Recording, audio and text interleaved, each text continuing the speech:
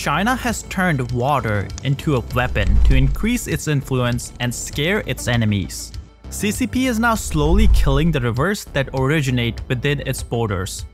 Rivers that billions of people in Asia depend on for fresh water and livelihood. This is not me just overblowing the situation. No.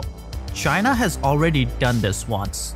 In 2017, the Indian military pushed back the Chinese army when they tried taking over Bhutan. To avenge this defeat, CCP stopped sharing important water level data with India, which meant that India was not prepared for the floods that came later that year.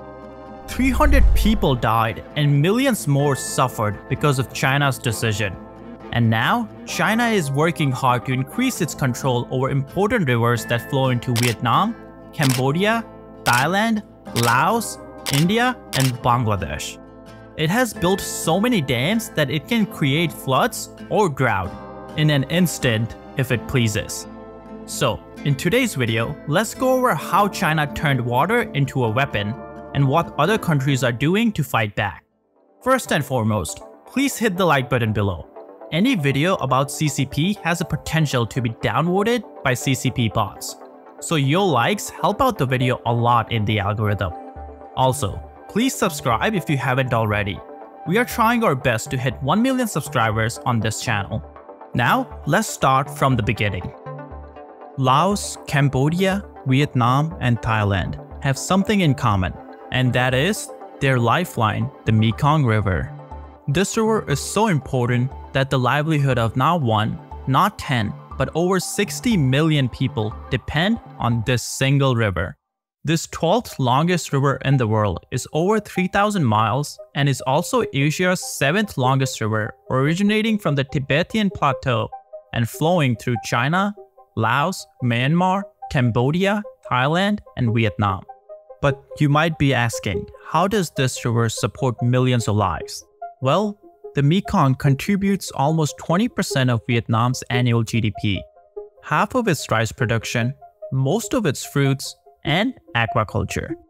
These miracles are possible during the wet season, when floods drive important processes in the Mekong, and one such important process is something called the Tonle Sap Reversal, TSR. To understand this process, we need to look at the map. So here's the Mekong River, where it meets with the Tonle Sap River, and up above is the Tonle Sap Lake.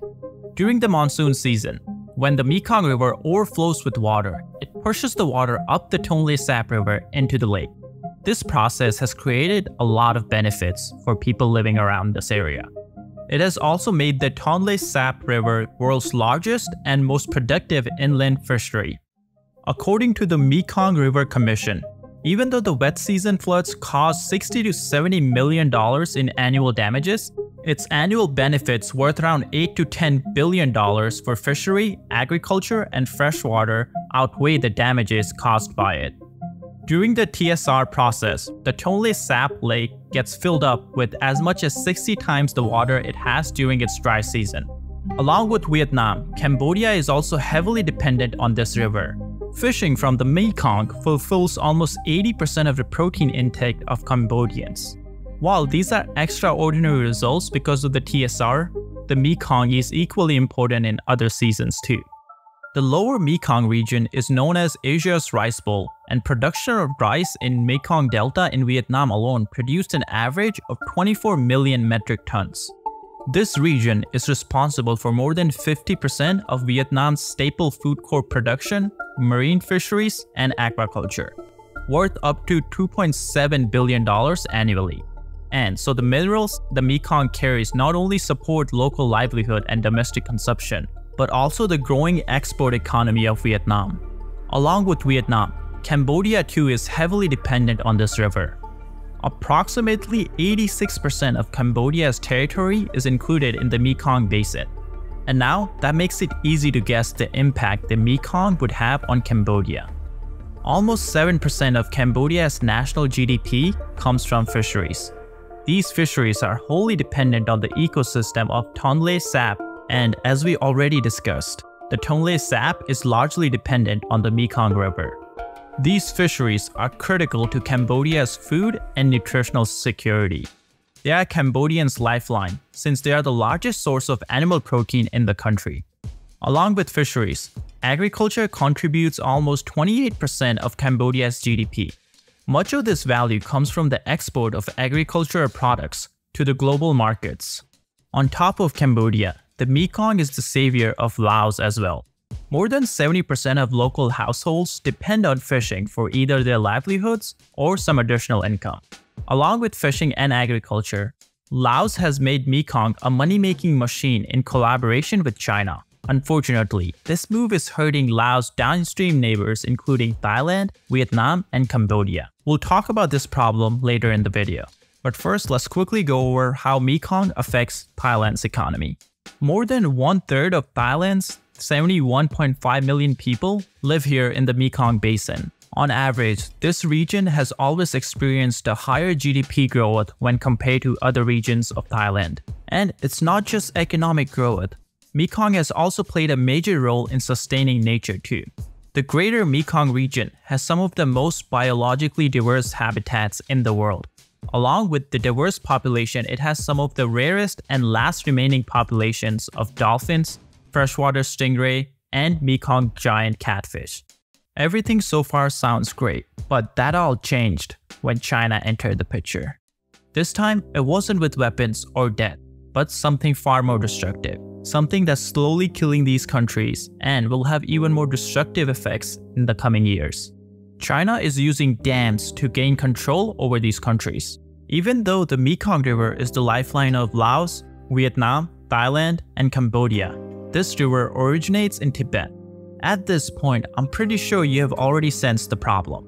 Ever since the CCP invaded Tibet, it has been in control in the area. So basically, the river originates in CCP's control. Therefore, the CCP can regulate the flow of this river, can divert its flow, and can literally send shivers to the countries dependent on it.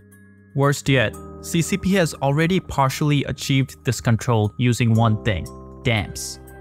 The Mekong River Basin can be divided into two sections: the Upper Mekong Basin and the Lower Mekong Basin. The Upper Mekong Basin makes up 24% of the basin, with this region falling in China and Myanmar. China has the majority of it, called the Lancang River. China's craze for dams is not hidden to the world.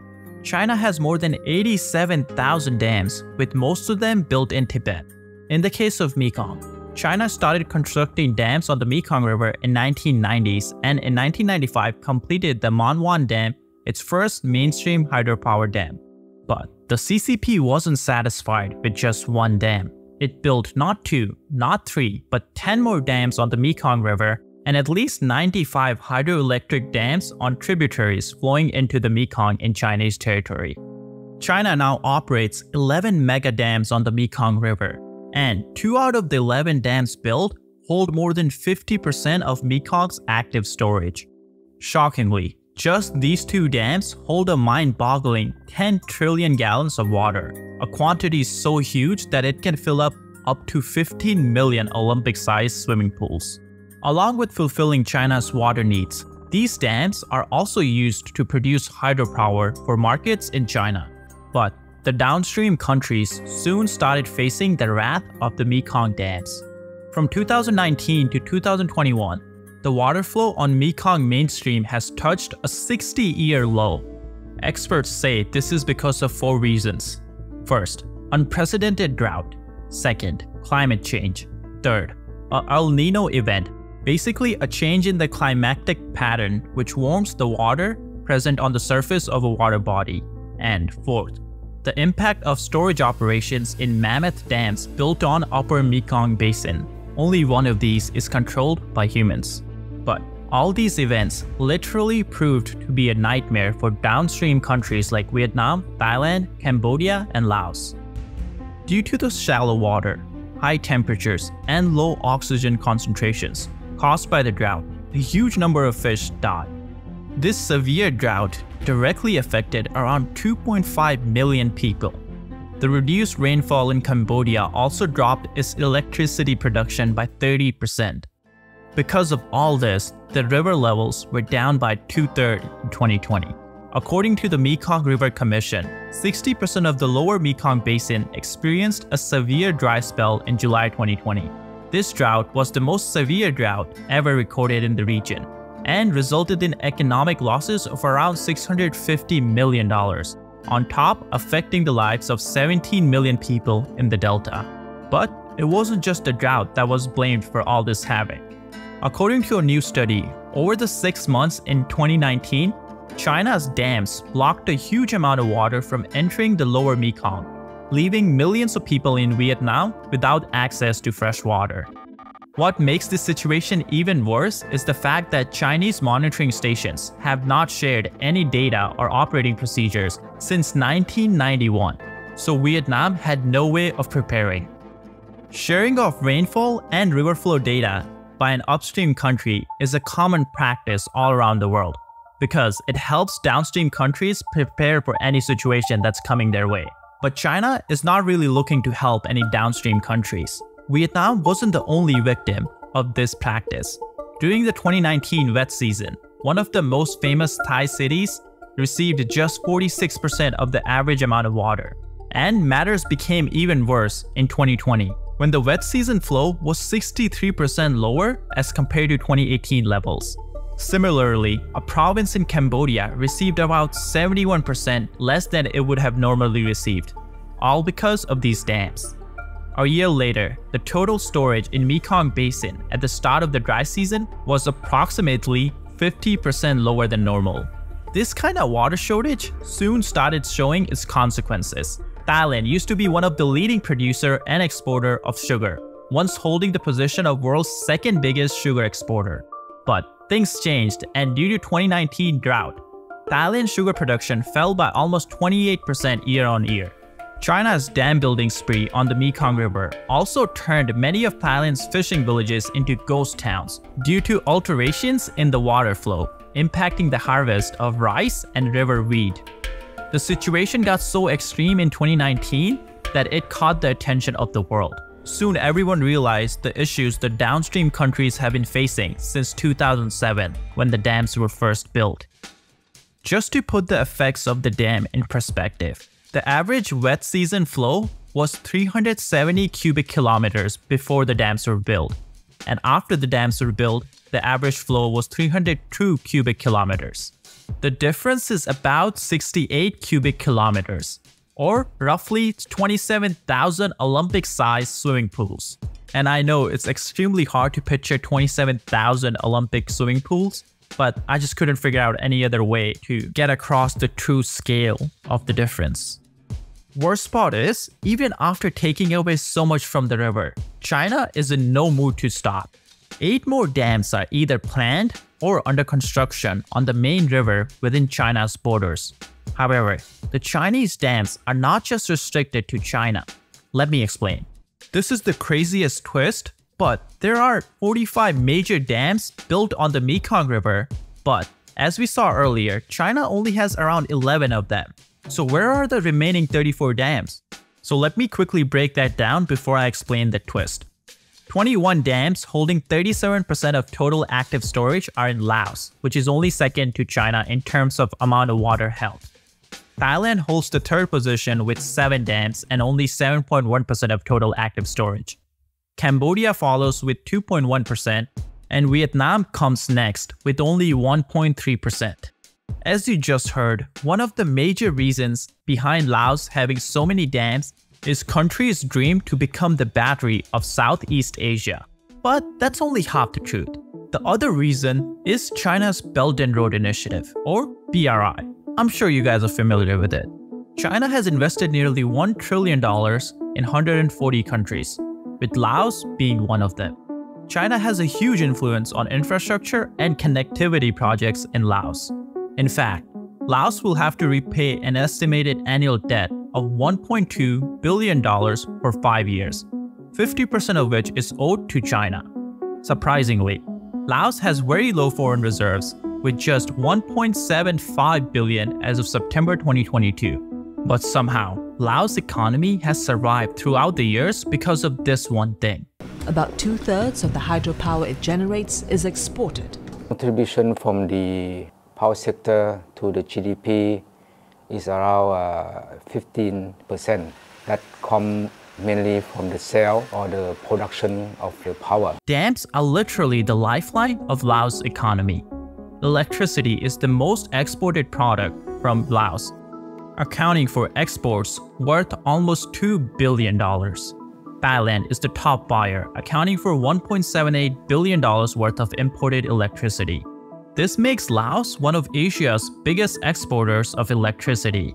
And this is where Mekong River and the dams play a critical role. 70% of total electricity produced in the country is hydropower. So let's quickly go over how Laos was able to achieve this impressive feat. Beginning in the 2000s, as one of the poorest and least developed ASEAN countries, Laos saw an opportunity for rapid economic development through the sale of hydropower. In the year of 2000, Laos' hydropower capacity was 400 megawatts, which skyrocketed to approximately 7,000 megawatts in 2022. Currently, Laos has 78 operational dams, 1 under construction, and 6 other dams planned for development.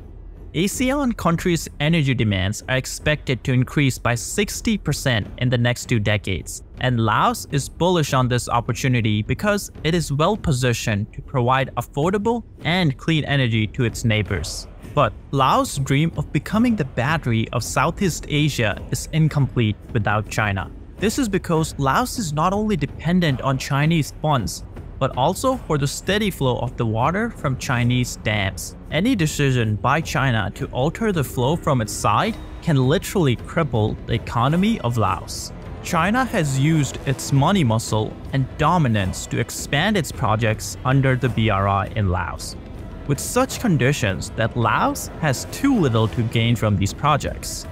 One such project is right here. This hydropower project consisted of 7 dams to be built in Laos with combined generating capacity of 1.27 gigawatts.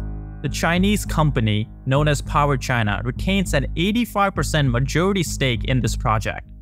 Well, along with the expertise, the funds also came from China.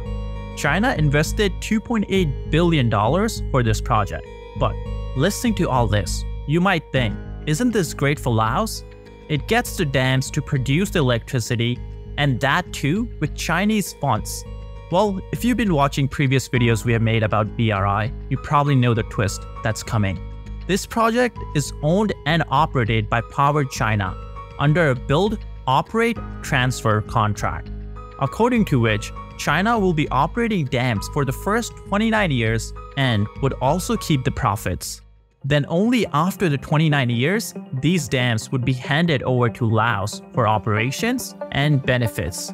On top of the uneven contract, this project proved to be a nightmare for locals, since these dams have impacted the sensitive ecology and biodiversity on the river basin. This ruined thousands of people's livelihood, and thousands more were displaced during the dam building activity. China is building so many dams in the country that 81% of all the overseas dams built by China are in Laos. According to some experts, there's a sinister reason behind this. Biggest one being that China is building so many dams in Laos is so they can buy electricity from the country, so China's own ecology and environment doesn't get impacted. China's Yunnan province is the major buyer of electricity generated from the dams in Laos. But Laos is not the only victim of China's motives. There's one more Southeast Asian countries where major Chinese dams have destroyed thousands of lives, and that's Cambodia. On 17th of December 2008, Cambodian Prime Minister and officials of a Chinese company attended the inauguration of Lower Sisan 2 Dam. But only the people who suffered losses knew the dark side behind these celebrations. This dam is the largest dam built by China in Cambodia. It's so huge that it spans over 4 miles. And much like situations in other countries, even this dam is built and operated by a Chinese company. Though Cambodia's Royal Group and Vietnam's state-owned electricity company EVN hold a minor stake in this project. The majority of the ownership is with China.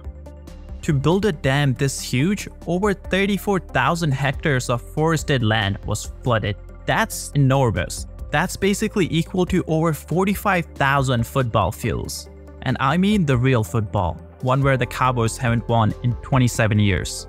But coming back to the video, since the completion of this dam, thousands of Cambodians have lost their homes and livelihoods. 2,700 families who have lived on this land for generations were displaced during the construction. According to many locals, the Cambodian authorities and company officials mostly ignored the concerns of the locals before the start of the project. Many were forced to accept the inadequate compensation for their lost property and income, while others were offered no compensation and no assistance whatsoever. So basically, locals who were once self-sufficient by fishing and forest gathering were literally forced to give up their livelihood and then were not offered any money for their troubles. Even for the people who were offered compensation, the money was nowhere close to being enough to restart a whole life. They were offered $6,000 to find new livelihood and build a new home. On top of that, they couldn't even move anywhere close to where they used to live because the water was so contaminated that it was not clean enough to drink or use for agriculture. Well, the nightmare for Cambodians didn't just end there. The dams also destroyed the livelihoods of people living near the river throughout the country. And there were 3 reasons behind this. First, the dam pretty much destroyed the fish population of the river. Fish, being an important part of not only Cambodian diet but also their income, were destroyed due to the cutting off of 2 rivers which were major tributaries to Mekong. Additionally, the creation of a huge artificial reservoir prevented the fish from traveling up and down, disrupting their feeding and reproductive cycles. The impact of this was massive. Some families would catch around 100 pounds of fish before the dam was built, but now it was difficult for them to catch even 5 pounds. The large meaty fish, which could be sold for a good price, had also become so rare that it wasn't worth the effort. Secondly, the dams also blocked the silt, which is basically sand or soil carried along the flowing water. As a result, the fields were no longer fertilized by silt during the rainy season, and the yields of rice and fruits that locals grew in the floodplains along the river plummeted heavily. Lastly, with the forests submerged in the floodwater, the income from gathering mushrooms, medical plants, and nuts were also basically cut off. Now, after hearing all this, it probably makes you wonder, didn't the Cambodian government already know these dangerous effects before approving the construction of the dams? Well, generally, the benefits of such a huge projects are far more compared to the downsides. So the leadership of any country takes the risk to go ahead with huge projects. But that's only the case on average, not every single time. In Cambodia's case, the governments and the companies actually knew the disastrous effects beforehand. In a 2008 environmental impact assessment, the anticipated disastrous effects were laid out. The report pointed out 4 major issues. First, the dam would displace a large number of peoples to the areas with inferior farmlands. Second, their fishing and farming incomes will be affected. Third, it would also have negative effects on the livelihoods of fishing communities upstream and downstream. Fourth and last, losses to the other areas towards the Vietnam border and downstream towards Mekong indirectly would affect 300,000 people. This study clearly shows that everyone involved knew the disastrous effects. And worse yet, this wasn't the only study done. Another study published by the National Academy of Sciences in the United States in 2012 predicted the same results. And that is why the local community and the international community voiced their concerns even before the project was approved. The craziest story from all this is that in 2009, a civil society study interviewed all the villagers affected in communities around the dam. And the study concluded that 100% of the people were not in favor of this dam. 100%. After hearing this, you may be thinking the Cambodian government must have taken steps to discuss the project with its own citizens before approving it, right? Well, exact opposite happened. The idea of withdrawing the project for the sake of its own citizens was just way too far for the government. In fact, the government didn't even bother to listen to its citizens properly and approve the project in a hurry.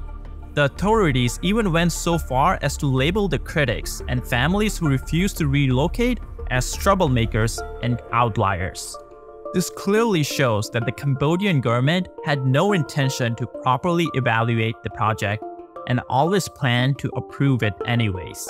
But let's give them the benefit of doubt anyway, and assume that there must be some benefits to building this project, even if you ignore all the negatives, right? So let's quickly evaluate the benefits that they predicted and how things played out in reality. CHNG, the Chinese company responsible for building the dam, claimed that the dam could produce 400 megawatts at peak capacity, which would amount to 1/6 of Cambodia's entire annual electricity production. But the reality is far different. The actual production levels of the dam are only 1/3 of the levels claimed.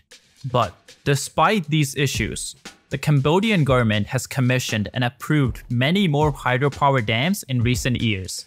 So it makes you wonder, with such a high downside and low benefits, why is the Cambodian government approving many dams? Well, let's dig deeper into the deals made behind the scenes. In 2008, the controlling entity behind the dam was Vietnam's state-owned electricity company named EVN. This organization was responsible for arranging the first evaluations of the dam project in the years of 2008 and 2009. But the ownership of the project changed hands, and the entities with the controlling stake changed in just few years. The Vietnamese company, which once had a controlling stake, was left with only a minority stake. And guess who got the majority stake afterwards? China. By 2012, the project had turned into a Chinese government-led joint venture which was named Hydropower Lower Sesan 2. The ownership was divided into 3 companies: a Chinese company with a 51% controlling stake, a Cambodian company with 39% stake, and the original Vietnamese company with only 10%. This is where things started turning nasty. By 2016, the Chinese government and corporate documents started describing the dam as a Belt and Road Initiative or a BRI project. Even the Chinese state media labeled the dam as one of the key projects in Belt and Road Initiative. And ever since gaining the controlling stake in the project, the only goal of the Chinese company was to complete the project by any means necessary. According to some community leaders, the Vietnamese company that had a controlling stake before did actually had some consultations with the communities. But after the Chinese company took over, no consultations were done with any of the community members. And if you've been following the channel regularly, you know this is not only the case in Cambodia, but worldwide. The BRI projects have been criticized for lack of transparency, disregarding community concerns, and neglecting potential negative environmental impacts.